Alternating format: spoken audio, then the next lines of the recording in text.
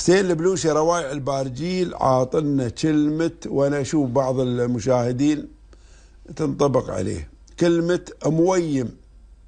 مويم، ألف ميم واو يا ميم، مويم، وهو الشخص المتكدر أو المهموم.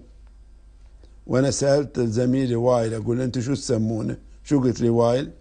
المويم. يضحك. شو نسيت أنت شو قلت لي؟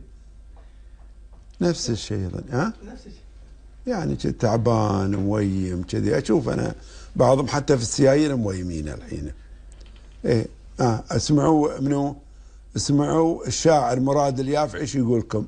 زين، يقول الأرض لله ولا شيء عليها يدوم، سبحانه الرازق المعطي، زين، وسيع المنن، ما دام رزقك على الله ليش تحمل هموم، خل اتكالك عليه وخل ظنك حسن.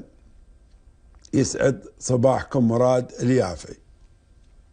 فمراد يقول لكم يعني إيه، الأرض لله ولا شيء عليها يدوم، إيه، وسبحانه الرازق، زين، المعطي وسيع المنن، إيه، ما دام رزقك على الله ليش يعني تهمل الهموم وتم مثل ما قال البارجيل مويم.